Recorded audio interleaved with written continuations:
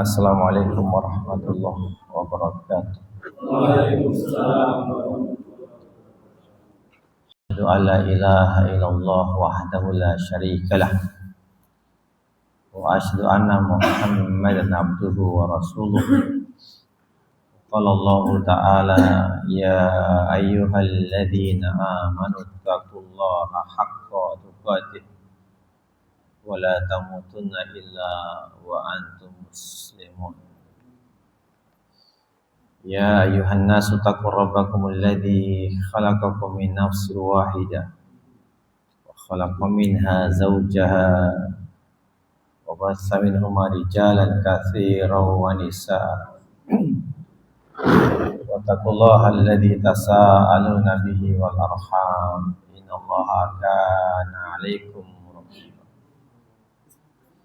Ya ayyuhalladzina amanu taqullaha wa qulu qawlan sadida yuslih lakum a'malakum wa yaghfir lakum dhunubakum wa may yuti'llaha wa rasulahu faqad faza fawzan 'azima. Amma ba'd fa inna asdaqal hadits kitabullah wa khairal huda Muhammadin sallallahu alaihi wasallam. Wa syarrul umuri muhdatsatuha wa kullu muhdatsatin bid'ah wa kullu bid'atin dhalalah wa kullu dhalalatin finnar. Ayyuhal hadirun usikum wa iyaya bittaqwallah faqad fazal mu'minuna muttaqun. Hadirin yang berbahagia, bagaimana kabar antum malam hari ini? Alhamdulillah, kita selalu bersyukur kepada Allah Ta'ala atas nikmat iman dan Islam dan seluruh nikmat yang telah Allah berikan kepada kita. Kenikmatan yang sangat banyak dan tak terbatas. Kenikmatan yang apabila hamba menghitung kenikmatan tersebut tak akan mampu menghitungnya. Wa in ta'uddu ni'matallah la tuhsuha. Jika engkau menghitung kenikmatan Allah, engkau tidak akan mampu menghitung itu. Kenikmatan yang banyak, kenikmatan yang besar, bahkan di antara kita pun sekarang tidak menyadari bahwasanya nafas yang Allah Ta'ala berikan, udara yang kita hirup setiap hari secara gratis tanpa kita sadari, itu merupakan kenikmatan yang besar dari Allah Subhanahu wa Ta'ala. Kehidupan udara oksigen setiap 2 menit sekali, kemudian kita hempaskan kembali. Ini merupakan kenikmatan yang besar dari Allah. Kenikmatan mata kita memandang, kenikmatan telinga kita mendengar, dan segala kenikmatan yang kita rasakan berupa kesehatan baik siang dan malam. Maka itu semua merupakan kenikmatan yang Allah berikan. Maka tidak ada di antara mereka orang-orang mukmin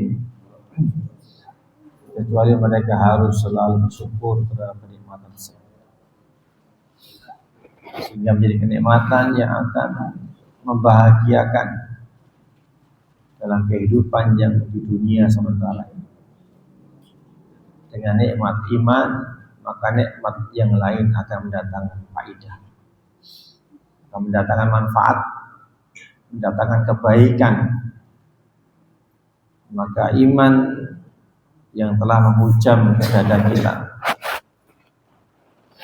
iman yang telah Allah percikan dalam hati kita, sehingga menjadi lezat, menjadi manis, semanis madu, di mana sifat madu itu manis di lidah, sehingga sifat manisnya sebagaimana manisnya kita beribadah kepada Allah Subhanahu wa Ta'ala. Lezatnya kita duduk dalam majelis ilmu, lezatnya kita mengerjakan sholat, lezatnya kita berzikir kepada Allah, lezatnya kita menunaikan hak-hak Allah Subhanahu wa taala, membaca kalamullah, tilawatul Quran, kemudian menghafal ayat-ayatnya, surat-suratnya. Dan ini kita rasakan, semakin kita membacanya semakin kita mendapatkan kenikmatan, semakin manis iman dalam hati kita, baik dalam menjalankan perintah-perintah Allah ataupun menjauhi larangan-larangan. Setiap kita menjauhi larangan dari Allah Subhanahu wa taala, maka akan terasa manis, maka akan terasa lezat, sebagaimana kita memalingkan mata kita dari perempuan-perempuan yang haram untuk dipandang. Maka Allah Subhanahu wa taala akan memberikan manisnya iman di dalam hati kita.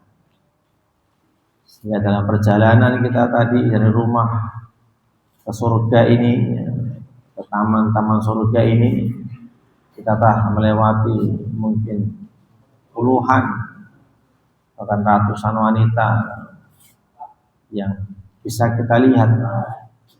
Tapi ketika kita menundukkan pandangan karena rasa takut, karena rasa malu kepada Allah Subhanahu wa taala yang telah mencurahkan kenikmatan mata, maka Allah akan menggantikan dengan manisnya iman dalam hati kita, kebahagiaan yang tersirat dalam jiwa yang akan Allah Subhanahu wa taala sempurnakan balasannya besok pada hari kiamat, dengan Allah Subhanahu wa taala memberikan istri-istri dari bidadari dari surga yang bermata jeli, karena kesabaran kita tidak mengumbar pandangan melihat yang diharamkan oleh Allah Subhanahu. Nah, setiap wanita yang haram dilihat kemudian kita memalingkan pandangan, kemudian kita menundukkan dengan ghadul basar karena rasa takut, rasa malu, karena harapan kita kelak mendapatkan kenikmatan yang lebih dengan bisa memandang wajah Allah Subhanahu. Sungguh memandang wajah Allah merupakan kenikmatan tambahan yang besar dari Allah Subhanahu wa taala. Kelezatan menikmati wajah Allah Subhanahu wa taala besok bagi penghuni surga merupakan kenikmatan yang melebihi kenikmatan daripada surga. Maka setiap hamba ketika melihat wajah Allah, maka dia akan lupa dengan berbagai macam kenikmatan surga karena lezatnya, manisnya melihat Allah Subhanahu. Maka hanya dengan taat kepadanya, jangan sampai kita ada hijab dengan Allah. Hijab itu disebabkan karena kedurhakaan kepada Allah. Hijab itu karena kita meninggalkan perintah. Hijab itu karena kita mengerjakan larangan, sehingga hati yang awalnya putih menjadi hitam dengan nuqtah, titik hitam karena kemaksiatan yang kita kerjakan. Sehingga lambat laun kita tidak bisa menikmati sholat, lambat laun kita tidak bisa menikmati tilawatul Quran, lambat laun kita tidak menikmati majelis ilmu, yang ada kemalasan demi kemalasan, berpaling bahkan meninggalkan urusan agama. Maka di antara azab yang Allah berikan kepada kita, kita sudah tidak berhasrat untuk melaksanakan ketaatan kepada Allah. Kita sudah tidak ada hasrat untuk sholat malam, padahal Allah bangunkan kita jam 3, tidak punya hasrat untuk sholat malam. Pada sholat malam adalah pertemuan antara hamba dan Rabb-nya. Sholat malam ketika Allah turun sepertiga malam. Sholat malam merupakan da'bu salihin, kebiasaan orang-orang saleh. Sholat malam merupakan panggilan Allah, tamu Allah. Dan kita dikehendaki layak menjadi tamu Allah karena hati kita telah dibersihkan oleh Allah Subhanahu. Maka ketika kita di siang hari yang tidak melakukan kemaksiatan, maka di malam harinya akan dimudahkan bangun malam untuk berjumpa dengan Allah Subhanahu wa Ta'ala. Berdoa kepada Allah, meminta Allah kabulkan, memohon Allah penuhi, minta ampun Allah ampuni. Ketika hasrat itu telah hilang, maka sebenarnya kita telah mendapatkan musibah yang besar, musibah yang melebihi musibah kehilangan dunia kita, kehilangan uang, kehilangan istri, kehilangan pekerjaan. Itu ketika kita tidak berhasrat lagi untuk menunaikan kewajiban-kewajiban, menjalankan sunnah-sunnah yang telah dicontohkan oleh Nabi kita Muhammad sallallahu alaihi wasallam. Yang widinya dirahmati Allah Subhanahu wa Ta'ala. Sebagaimana manisnya madu, lezatnya ketaatan kepada Allah Subhanahu wa Ta'ala.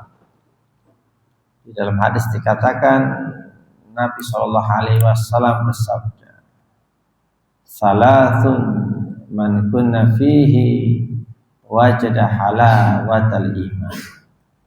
Ada 3 perkara yang mana barang siapa 3 perkara itu ada padanya, niscaya dia akan menemukan manisnya iman. Manisnya iman sebagaimana manisnya madu. Madu manis, yang kita taklim terasa lezat, kita bisa menikmati taklim tersebut, manis rasanya, dan kita merasa ada hal-hal yang harus selalu kita lakukan, di mana mendatangkan kerinduan untuk selalu beribadah kepada Allah Subhanahu wa Ta'ala. Sebagaimana risaunya hati kita ketika tidak ada kajian, bukan saatnya kita mencari waktu atau tempat-tempat hiburan lagi sebagaimana di masa-masa dahulu, di masa-masa jahiliyah. Mungkin malam hari ini kita bingung, di masa jahiliyah dulu mencari panggung hiburan, kita bingung mencari kebahagiaan. Sebagaimana kita mendapatkan hari ini banyak orang-orang tua yang sudah renta, yang masih mencari hiburan. Hiburannya jenenge Lorenza. Ngendi Lorenza konser diparani. Kalau enggak mendatanginya menyesal. Demikian juga ketika ada wayang, mereka mendatangi menikmati wayang. Tapi tidak bagi kita, orang-orang telah merasakan manisnya iman, di mana ada kajian jauh pun dia datang, karena kita bisa menikmati kelezatan bermajlis bersama para malaikat, duduk bersama dengan orang-orang saleh. Ada ampunan, rahmat, pahala dari Allah Subhanahu wa Ta'ala. Bahkan kita teduh, kita terdiam karena menikmati kelezatan tersebut.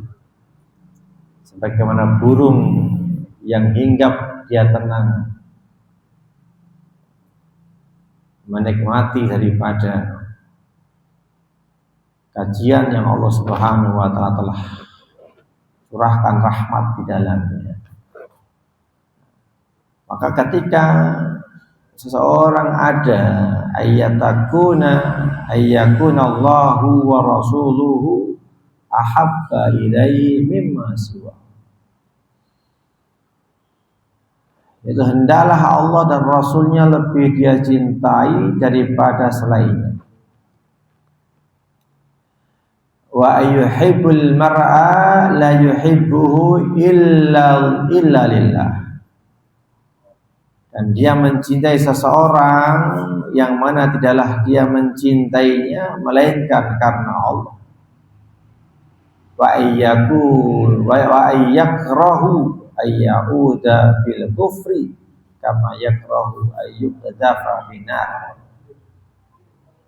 dan tidaklah dia mencintai karena Allah, dan tidaklah ia benci kembali kepada kekufuran sebagaimana dia benci dilemparkan ke dalam api. Jadi kalau sudah ada tiga hal ini dalam diri kita, maka kita bisa merasakan manisnya iman, di mana Allah dan Rasul lebih kita cintai daripada selainnya, daripada dunia, daripada harta, kedudukan, kemewahan, daripada anak dan istri kita, termasuk daripada diri kita sendiri. Kalau sudah urusan dengan Allah Subhanahu wa Ta'ala, maka Allah kita tempatkan nomor satu dalam kehidupan kita.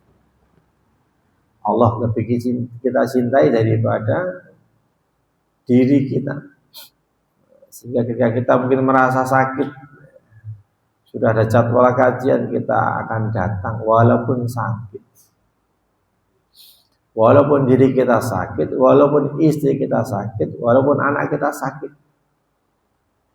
Dia berharap dengan kajian yang dia hadiri akan memberikan solusi dalam segala persoalan.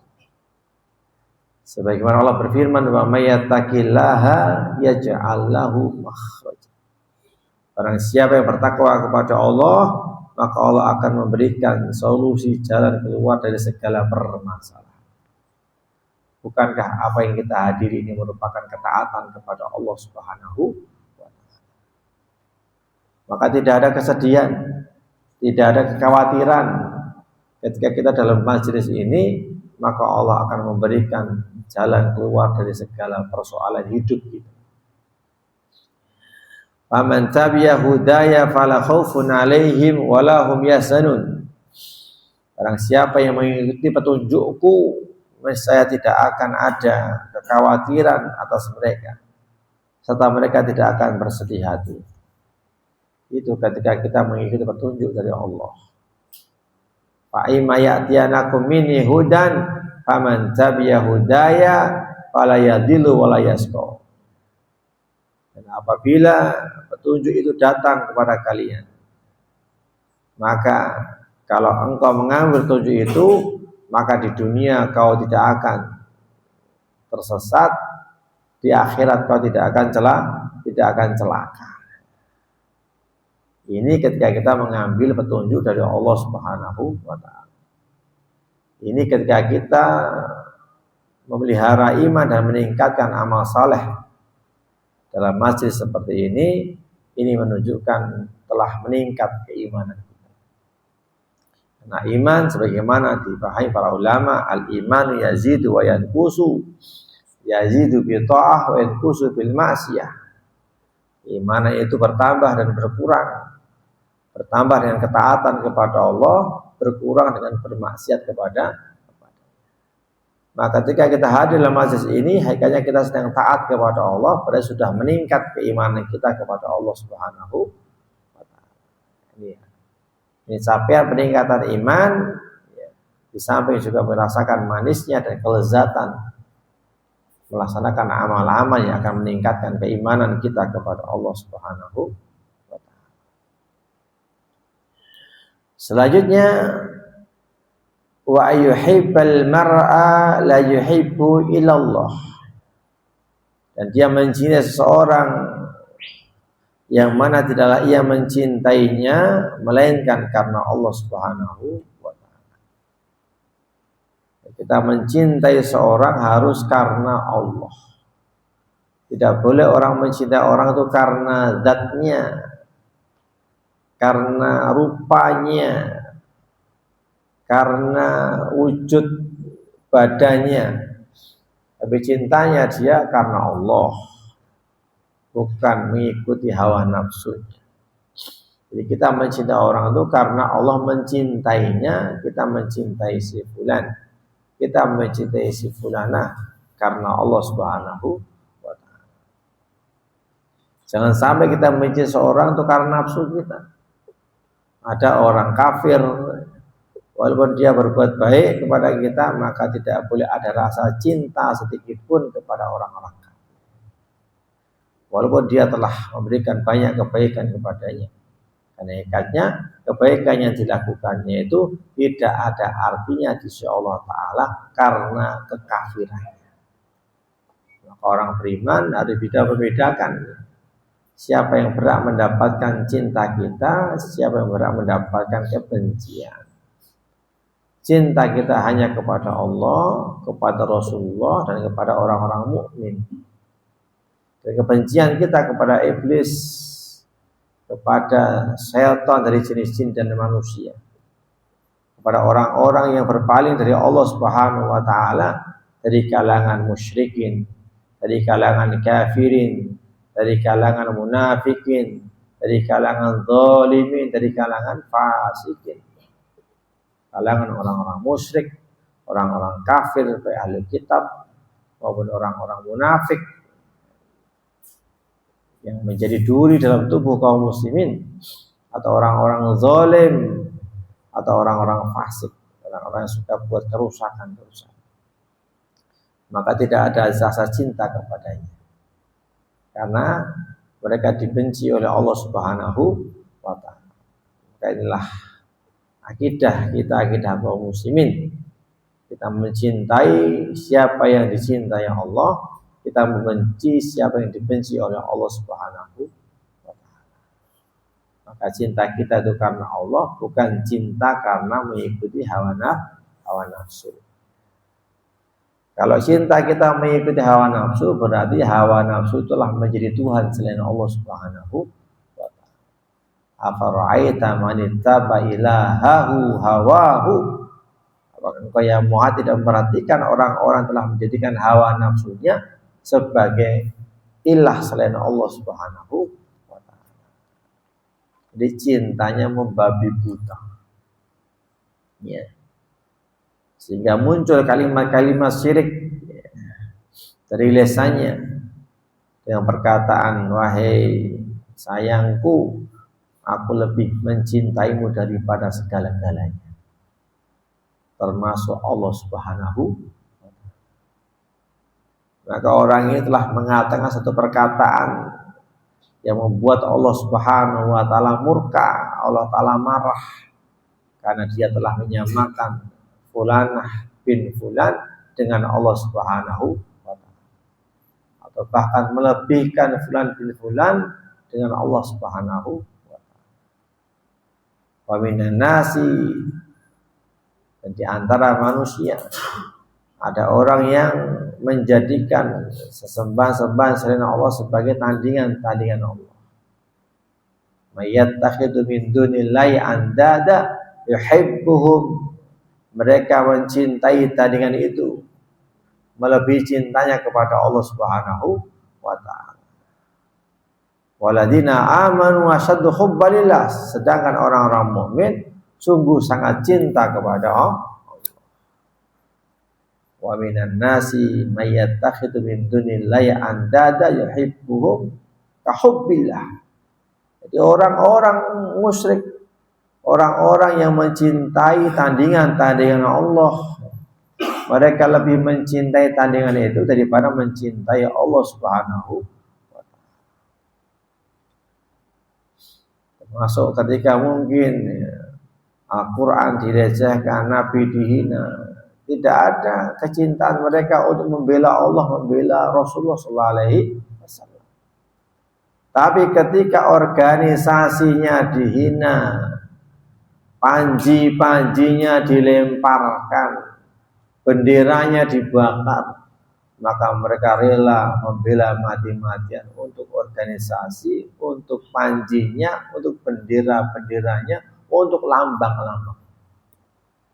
Tapi ketika lambang Islam dihina, lambang Islam dilecehkan, tidak ada hasrat sedikit pun dalam hatinya untuk membela lambang-lambang panji-panji Islam.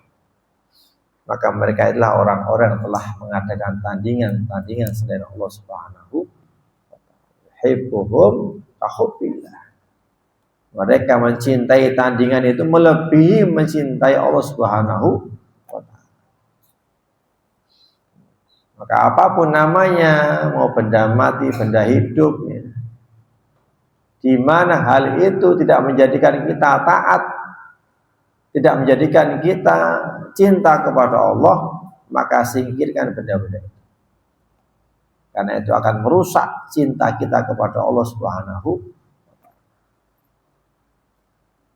Maka kalaupun kita punya di rumah, punya barang-barang yang tidak mendekatkan diri kita kepada Allah, malah menjauhkan diri kita kepada Allah, maka segera disapih barang-barang itu. Karena kelak akan merusak kedekatan kita dengan Allah Subhanahu wa ta'ala, akan mengganggu hubungan kita dengan Allah. Ya, harusnya Allah Tabaraka wa ta'ala senantiasa bersama kita, Allah meninggalkan kita karena kita telah memiliki tandingan-tandingan selain Allah.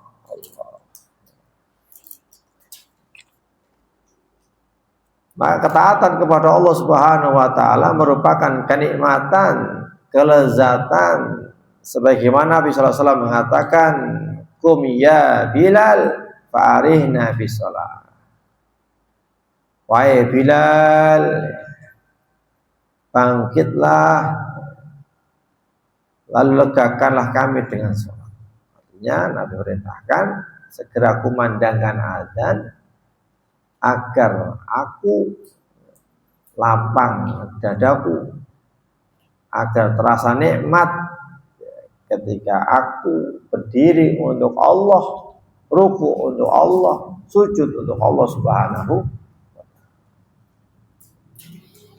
Maka tidak ada suara panggilan yang melebihi keindahan panggilan Allah memanggil hamba-hambanya untuk mengerjakan sholat.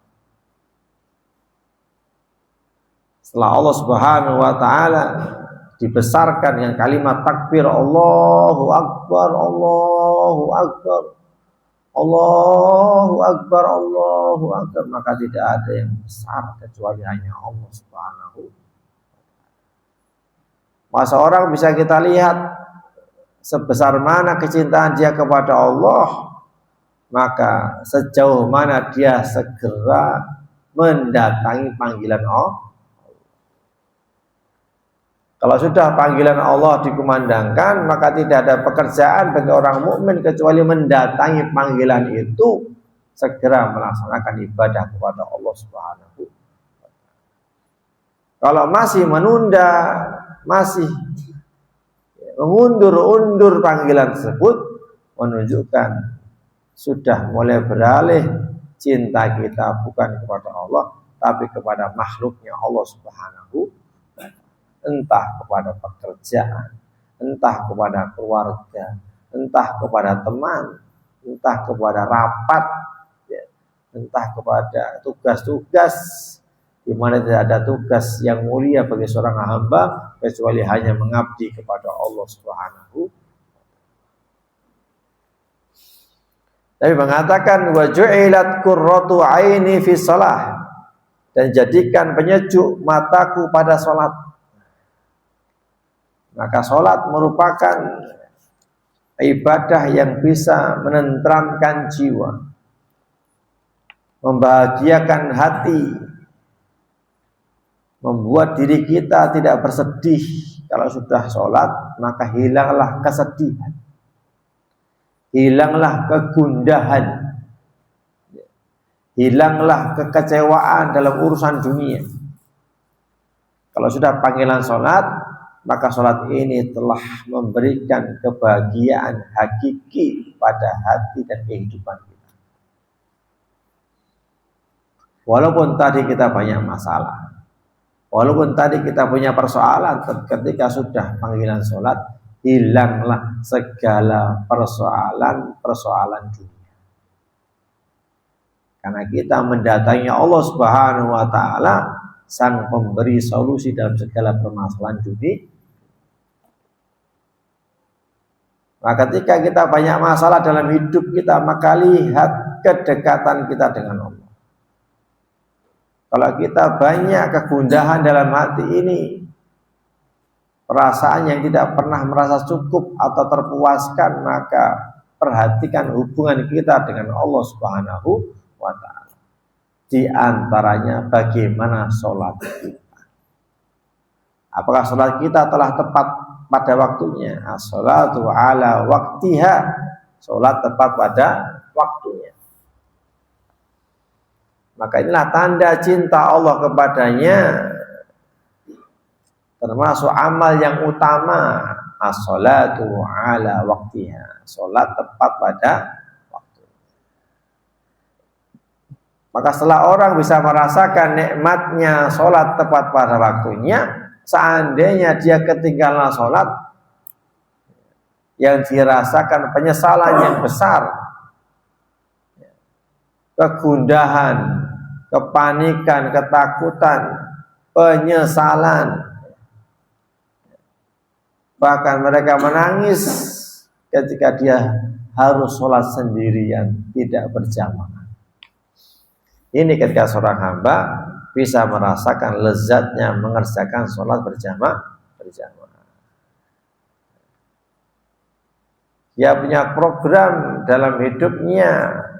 Dia melakukan sholat selama 40 hari tanpa tertinggal takbiratul ula, takbiratul ikram ula, takbiratul ikramnya imam yang pertama.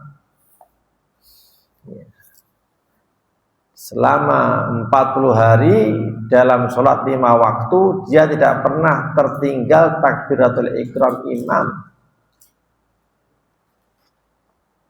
Maka hamba tersebut mendapatkan bara'atu minan nifaq wa bara'atu minan nar. Hamba itu terjaga dari sifat munafik, dan hamba itu terjaga dari api neraka. Maka kita bisa programkan dalam sehari semalam, jadi mulai sholat subuh sampai isya, ya, selama 40 hari tanpa putus. Kalau wis telung dina subuhane keriang kesenyangan, berarti itu putus. Ulangi dari awal lagi sampai selama 40 hari.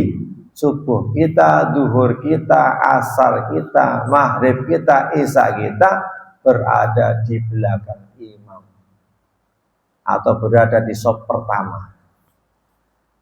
Ya. Jadi kita harus mulai meningkatkan hubungan kita dengan Allah Subhanahu wa taala. Bahkan kita datang sebelum dipanggil. Datang sebelum dipanggil. Kalau orang datang setelah dipanggil, biasa, sudah umum orang mengerjakannya. Tapi ini ada orang belum datang dipanggil. Ada orang itu datang sebelum dipanggil oleh Allah Subhanahu wa taala. Tapi yang terburuk ketika dipanggil Allah nggak pernah datang. Artinya tidak pernah mengerjakan ibadah kepada Allah Subhanahu wa taala. Kalau toh datang, dia bersegera menyelesaikan sholatnya dengan cepat. Dia sedikit sekali zikir kepada Allah, karena memang benar dalam hatinya ada benih-benih kemunafikan. Tanda-tanda orang munafik itu, orang munafik gak jenak, gak jenak sholat, gak jenak baca Quran, gak jenak taklim, gak jenak. Berarti ada benih-benih kemunafikan dalam hatinya, termasuk hati kita.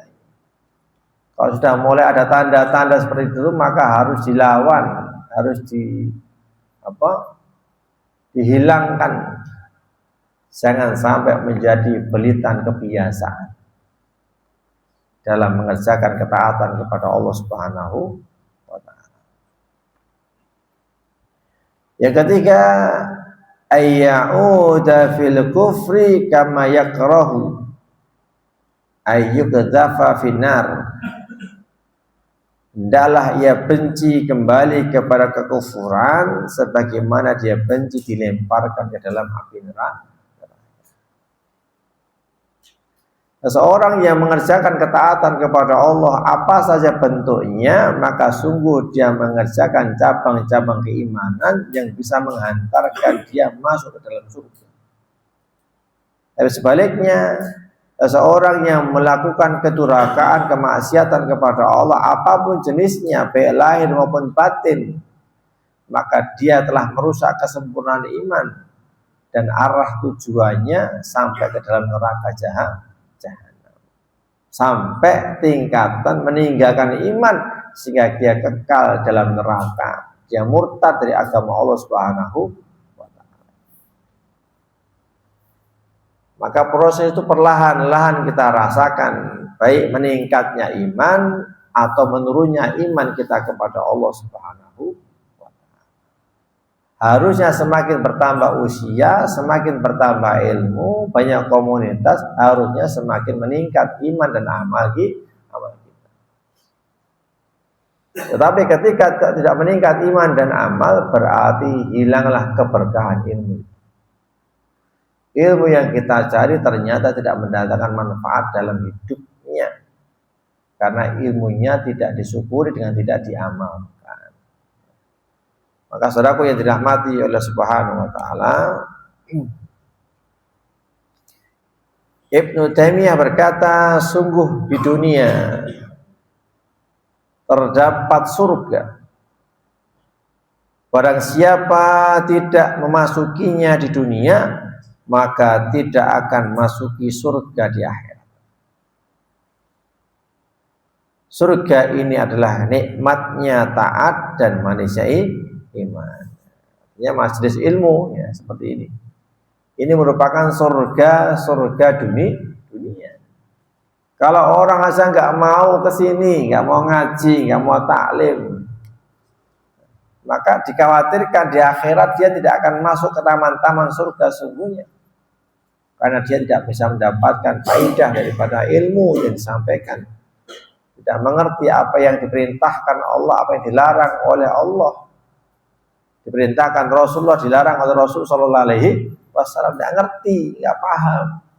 Karena ragilem ngaji, tidak mau belajar. Orang yang tidak mau belajar, maka dia al-qana atau bijahal. Dia merasa puas dengan kebodohan.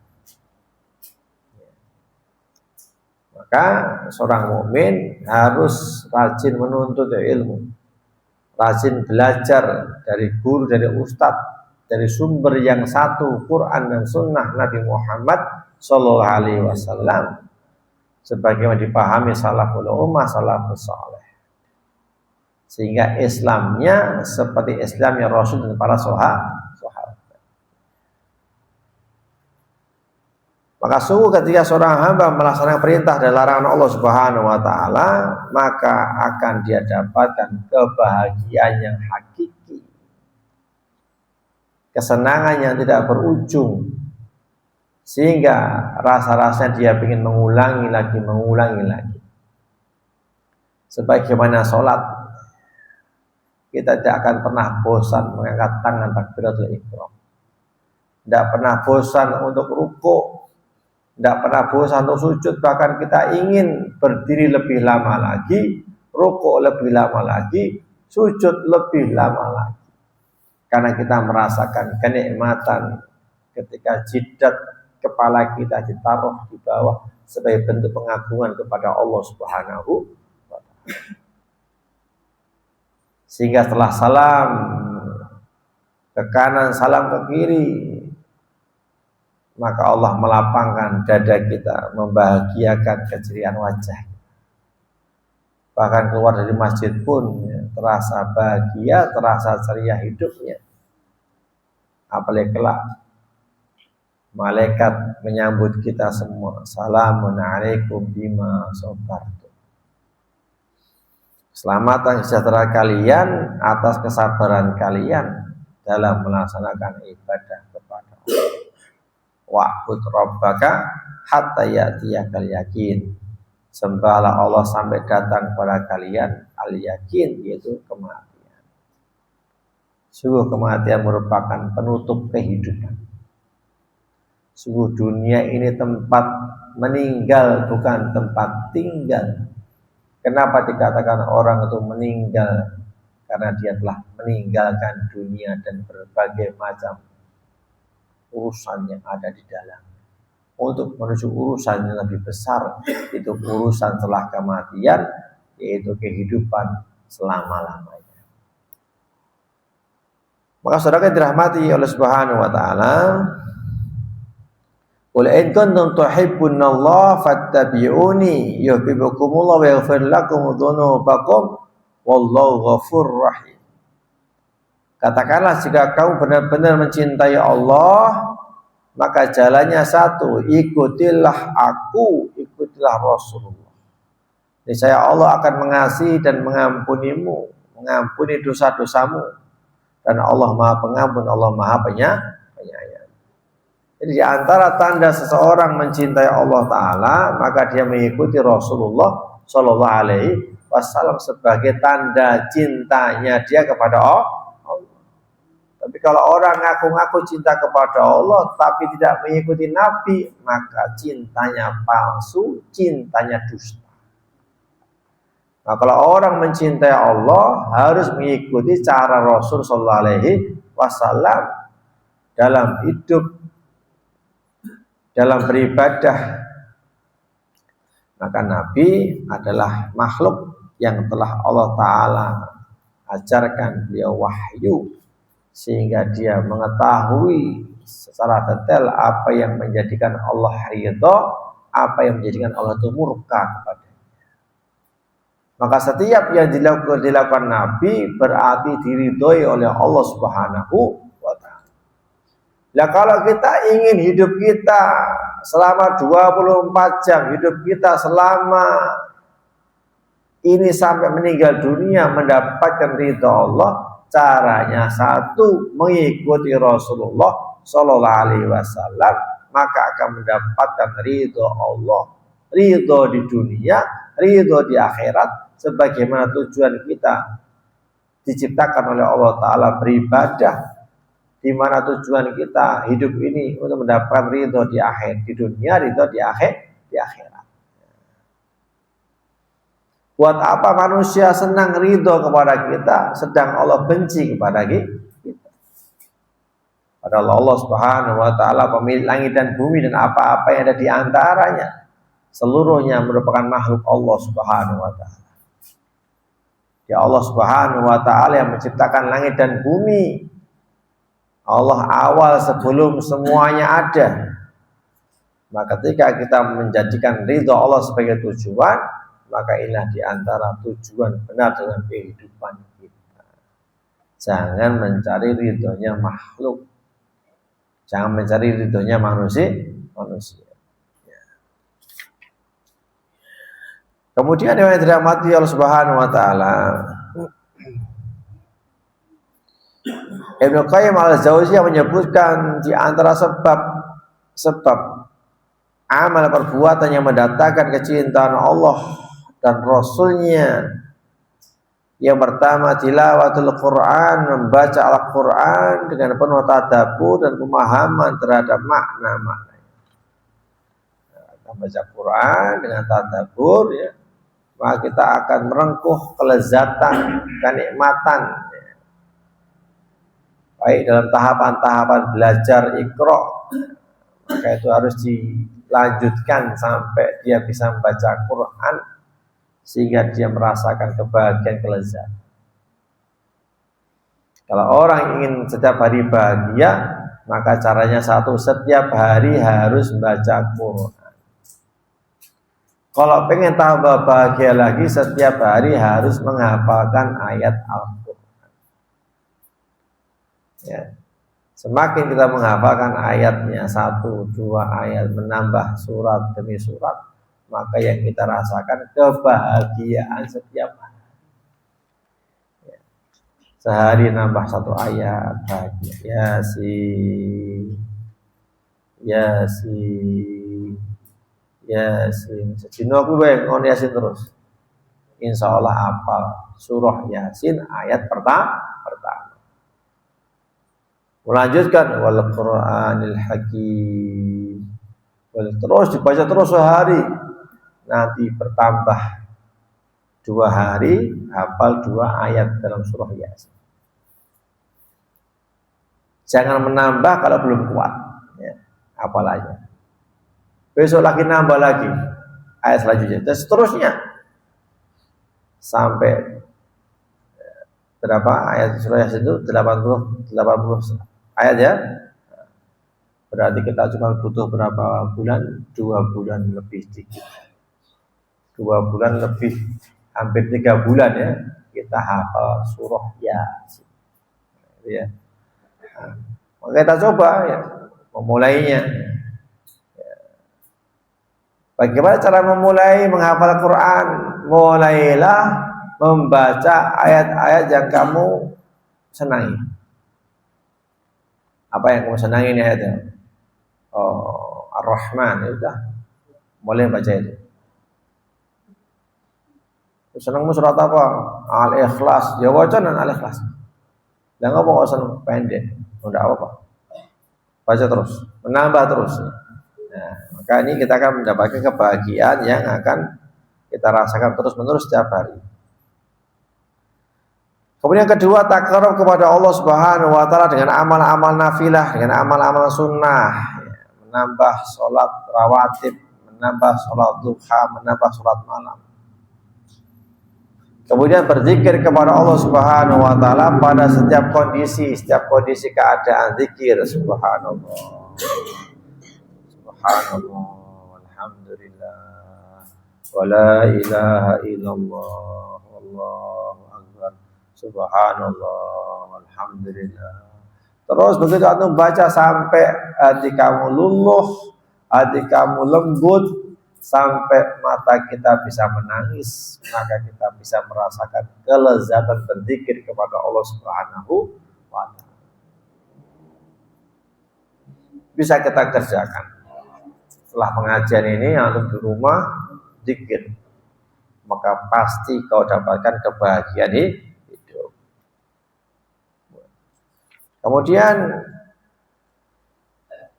luluh hati secara keseluruhan di hadapan Allah Subhanahu wa taala. Kita harus menyerahkan urusan kita kepada Allah. Kita harus menangis. Allah, saya ini banyak dosa ya Allah. Alhamdulillah hamba ya Allah. Menangis. Maka kita akan mendapatkan kelezatan berkhulwat dengan Allah Subhanahu wa taala. Kita di rumah punya tempat buat sholat sendiri, tempat buat zikir, yaitu tempatnya. Walaupun satu sajadah, tempat kita berkhulwat kepada Allah Subhanahu wa taala. Bagus-bagus di rumah punya mihrah, punya musola kecil untuk kita, untuk istri kita, untuk berjamaah. Ini kita punya sehingga tempat itu menjadi tempat kita berkhulwat dengan Allah Subhanahu wa taala. Maka inilah yang dirahmati Allah Subhanahu wa taala. Bagaimana membangun keimanan kita semanis madu. Madu bersifat manis sehingga kelezatan kita berzikir kepada Allah Subhanahu wa taala. Madu punya sifat obat, maka segala kegundahan, kegelisahan obatnya satu, dekat dengan Allah, pemilik hati. Maka kita harus berusaha, harus mujahadah, harus keras kerja kita sebagaimana keras kerjanya lebah mondar-mandir di tempat, di taman, di bunga-bungaan, sehingga menghasilkan yang manis, yaitu madu. Madu bersifat lengket, bersifat kental, sebagaimana kita kental, kita lengket dengan ketaatan kepada Allah Subhanahu wa taala, tidak berpaling, ada rasa ingin mengulanginya lagi, nyandu, bahasanya itu nyandu, kecanduan pengajian itu lebih baik daripada kecanduan sabu, kecanduan baca Quran, kecanduan lebih baik daripada kecanduan melihat drama Korea. Orang kalau lihat drama Korea nyandu, pengen nutupnya serinya terus sampai kapan saya mati, yang mati baru tutup, entah mati HP ini atau mati si nonton, ya. Nah, jangan sampai ketika kita mati kok matinya pas nonton drama Korea. Pas mati nyekel drama Korea. Ini bahaya loh. Bisa mati ya? Bisa nggak? Ya bisa. Kalau kendali nonton drama Korea mati. Bukannya ini sebuah keburukan. Si fulan mati pas nonton drama Korea. Ya. Beda si fulan mati ketika pas di dadanya ada Al-Quran mati. Pas mati, pas ketika mau buka puasa. Pas mati, pas mau sholat. Selesai sholat. Sebuah kenikmatan. Sebuah kebanggaan keluarga. Kebanggaan orang tua. Anaknya mati dalam keadaan soleh. Husnul khatimah. Ya. Iman sama nismadu harus kita bangun dengan tahapan-tahapan ringan. Ya. Melazimi hal yang sudah kita kerjakan. Walaupun sedikit. Walaupun sebentar. Baca Quran. Walaupun selembar. Infak. Walaupun 1000, 2000. Silaturahmi. Walaupun 5 menit, 10 menit. Ini kenikmatan yang harus kita lakukan dalam kehidupan kita sehari. Demikian hadirin kiram, hadani Allah wa iyyakum. Semoga apa yang kita sampaikan tentang iman sama nismatu bisa kita kerjakan, kita amalkan selesai pengajian ini sehingga kita menjadi iman takwa kepada Allah Subhanahu wa taala. Barakallahu fikum, subhanallah, asyhadu alla ilaha illa anta, astaghfiruka wa atubu ilaik. Assalamualaikum warahmatullahi wabarakatuh. Waalaikumsalam warahmatullahi wabarakatuh.